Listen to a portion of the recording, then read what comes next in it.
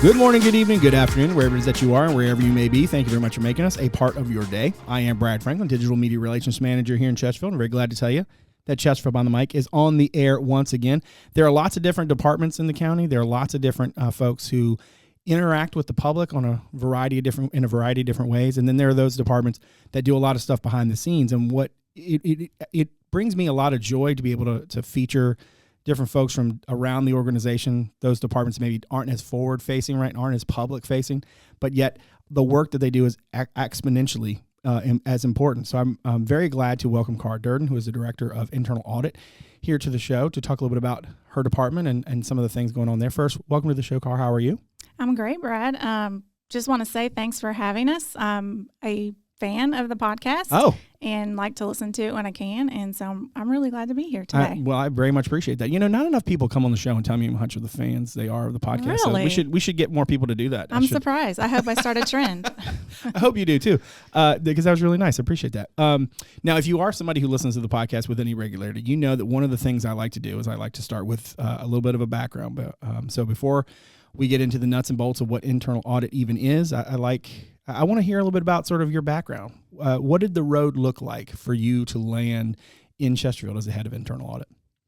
Well, as a fan of the show, I do know that you asked this question, but it's I think like many of your guests, I have a little bit of a long and winding road. Okay. Those are good. Yeah, they're the best. But I actually had a different career in my right out of school and into my 30s. Okay. And I went back to school for accounting and got my CPA license. Right. So took a midway turn there. But after getting my CPA license, I actually started my current career in public accounting. Okay.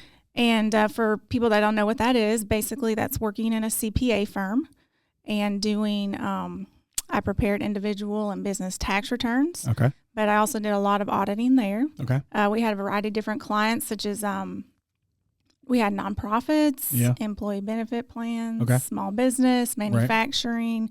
We actually had a lot of car dealerships. We had a little bit of a niche at my firm. Interesting.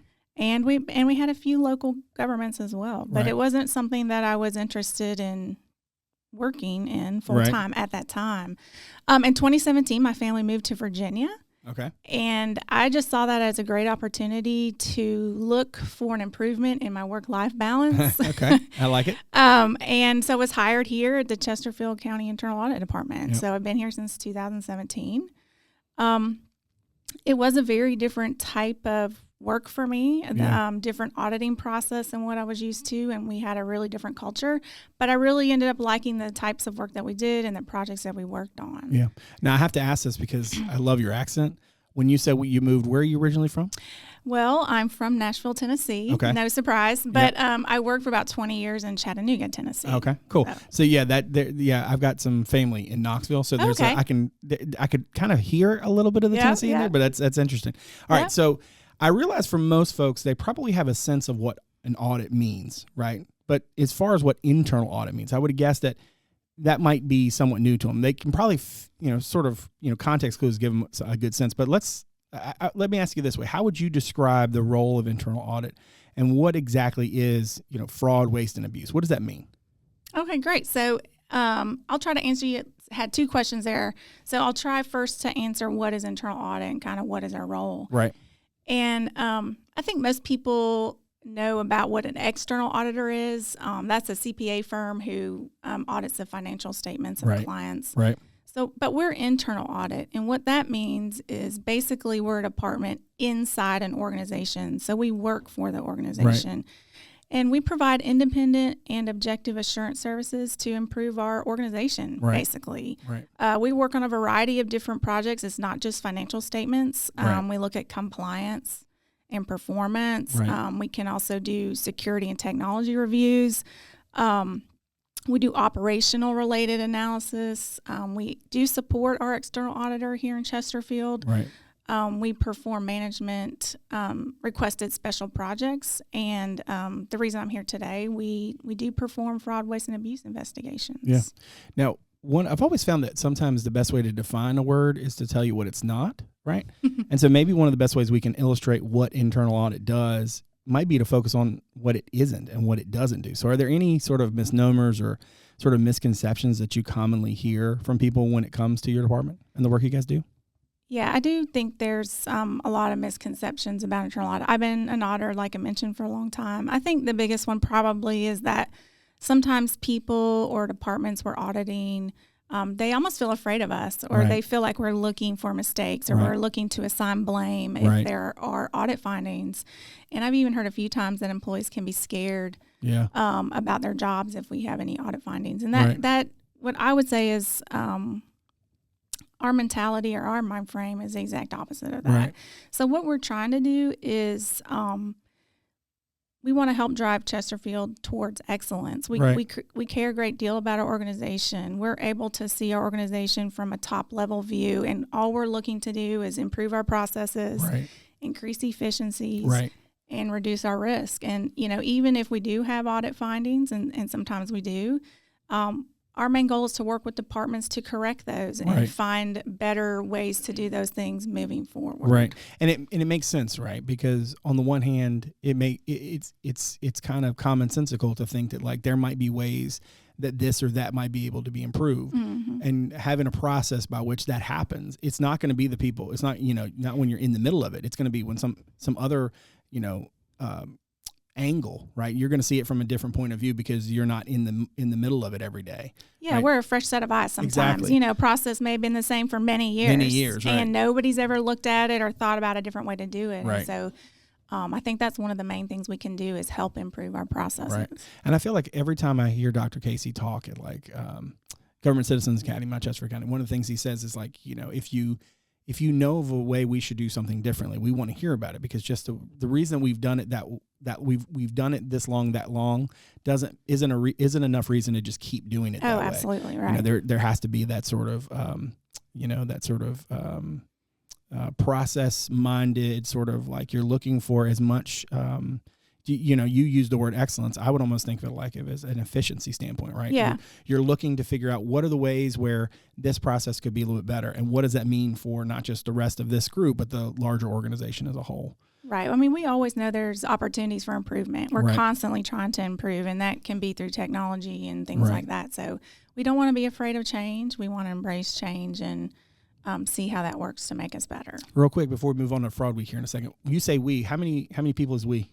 That's a great question. So I was going to mention a little bit about our department. We're actually I like to say we're small and mighty, but we only have 9 positions in our department. And we serve both county and schools. So we cover a really large area or we have a very large audit area that we cover. Right. Most of us do have accounting and financial backgrounds.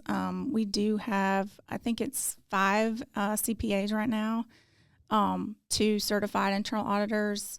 We have 3 certified information system auditors, and then 4 fraud examiners. Okay. And those are the people that work in our fraud, waste, and abuse investigations. Right. Now, speaking of fraud, let's talk a little bit about Fraud Week. Now, as we record this, we're just a couple weeks away from the start of International Fraud Week, which this year will run November the 18th through the 22nd. First, I want you to tell me a little bit about what Fraud Week is, and then maybe why it was so important to you for your department to begin focusing on it 4 years ago when you brought it to all of our attention. All right, great question. So Fraud Awareness Week has actually been around since about 2000. It was started by the Association of Fraud Examiners. They always have it the same week. It's the 3rd week in November. Right. And like you mentioned, it's November 18th through the 22nd this year. Mainly, it's an opportunity to raise awareness in our organization and our community about fraud, waste, and abuse. Right. What we want to look for and how people can report it to us. Right. So a study by that same organization shows that increased fraud awareness can actually decrease the dollar amounts lost through fraud and the duration of a fraud. Okay. And so many people just don't know what they need to do to report it and who they need to contact. And so that's why we're here today, to let you know how to report it and who you can talk to. And why was it such a important thing for you to bring to the organization? What was the thought process behind that? Well, we know, again, through the Association of Certified Fraud Examiner, that 42% of cases of fraud are found out through tips. Mm. So they're not discovered through audits or any other means. We want people to call us about things. Right. If we're out on an audit, we're looking at a very large area, and we might be able to discover fraud with just one person or process versus Right. the audit area that we're auditing. Right. So we just want to bring awareness to people so they know what it is and what they can report. Right. And the other reason I think it's important is we weren't doing any communication with our community at that time. Right. When I came on, and we do get a lot of citizens that call and residents that call with concerns. So Right. I wanted to let them know. Here's a way for you to be involved. Yes. Right? Yes. You. Now, in terms of you mentioned a minute ago, sort of the idea of reporting. How should people go about reporting? What are some of the methods by which they can report fraud, waste, and abuse if they see it? Okay, so we actually have quite a few ways you can report. If you go on to Chesterfield.gov and under our department website, the internal audit website, it lists all of them. But we actually have an anonymous hotline phone. Okay. Where residents and also employees can call, and their number is blocked. We can't see who it is. Okay. In case you're interested in reporting something anonymously. Right. That number is 804-318-8000. Okay. We also have people can go onto the Chesterfield.gov website, and there's a portal there for concerns and assistance. Right. We have a fraud, waste, and abuse tab there. Right. They can email us at audit@chesterfield.gov. They can come by our office in person. They can mail us a letter if they want to remain anonymous. We Right. get some stuff through the mail. And then they can call our main office line as well. So Yep. all of those ways to contact us are on our website. Mm-hmm. And, we welcome any type of reporting through any of those mechanisms. Yep. You mentioned earlier the idea that, a lot of the fraud that is sort of uncovered, so to speak, comes from tips. Yes. Is that been your experience once you guys have started a hotline and stuff? Like, how is that? And I'm guessing the hotline is the thing that you get the most out of. Is that fair to say? Absolutely. I would say the majority of things that we can substantiate or allegations that we find that are true are from tips. Mm. And it's because somebody might be involved with that situation. It could be somebody in the finance department that's noticing an irregularity Right, in invoicing or something like that. Right. They can report that to us. So, by far, tips are the main way that we receive allegations, for sure. One quick follow-up to that point. I can imagine, and I feel like I asked this question to a variety of different folks throughout the organization, and the answer is similar, but usually nuanced. And the question being, how has technology sort of changed the way that you go about sort of doing your job? You mentioned technology earlier, and I'm just curious, even though, you've been in this industry for a long time, I can imagine there's been lots of different change in lots of different ways that have impacted things in a variety of different directions. How have things evolved sort of in your line of work over the years? Well, tremendously, as you might imagine. If you want to talk about fraud, waste, and abuse specifically, a few of the changes are that we get most of our calls and allegations electronically now. Right. So very few people are coming to our office. They choose to fill out forms on the portal or things like that versus coming in. And then the other thing is we just have a lot more access to information. So if we get we have in our department, we have a lot of read-only access to all of our systems where we can very easily go in and check and validate things sort of anonymously versus and an example might be where we want to look up invoices and look at all the detail in the invoices. And we have access to our financial systems and are able to do that very easily versus digging through boxes and things like that in the accounting department. So, technology has, I think, given us more tools to do our jobs and more access to do our jobs. All right, I'll get you out of here on this one. Lastly, what are some of the things you feel like you'd like people to know about internal audit and how your department sort of goes about gathering and sharing information? Okay, great question. So I'll say two quick things.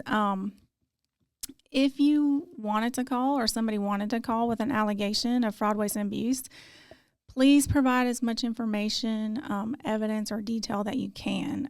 It's much easier to look into things if we have any type of evidence or details. It really helps us narrow down the scope of what we're looking for. Right. That's very helpful if you have anything like that to provide.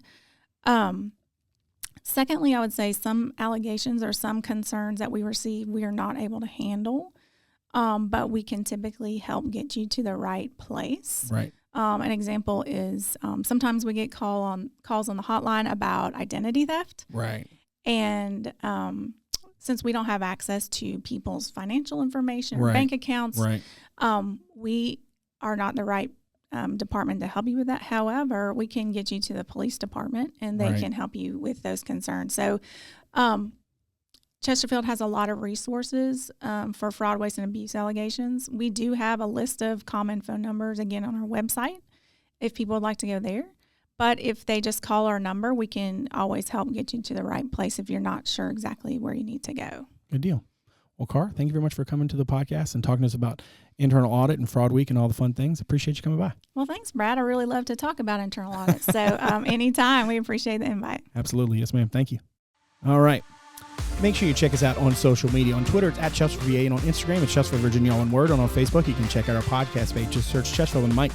Now, make sure to follow or subscribe to the podcast on Apple Podcasts, Spotify, Google Podcasts, Overcast, or wherever it is that your shows are sold. And if you're so inclined to give us a rating or review, we greatly appreciate it. As always, a video version of our show is available on our YouTube channel, as well as on our website at Chesterfield.gov/podcast. That's also where you can submit feedback anytime, make a suggestion, or just reach out to us. You can watch the show on WCCT Thursday through 7 and Sunday at 7 and the weekends at noon. That's Comcast Channel 98, Verizon Channel 28. Lastly, check out Chesterfield.gov/connect with us to find out a number of other ways to connect with Chesterfield County. My thanks to my director, Martin Stith, my executive producer, Teresa, Bonifas, and all the good folks from Constituent Media Services for all they do. My thanks to you for joining us today. So from all of us here in Chesterfield, thanks again for making us a part of your day. We'll see you again real soon. Take good care.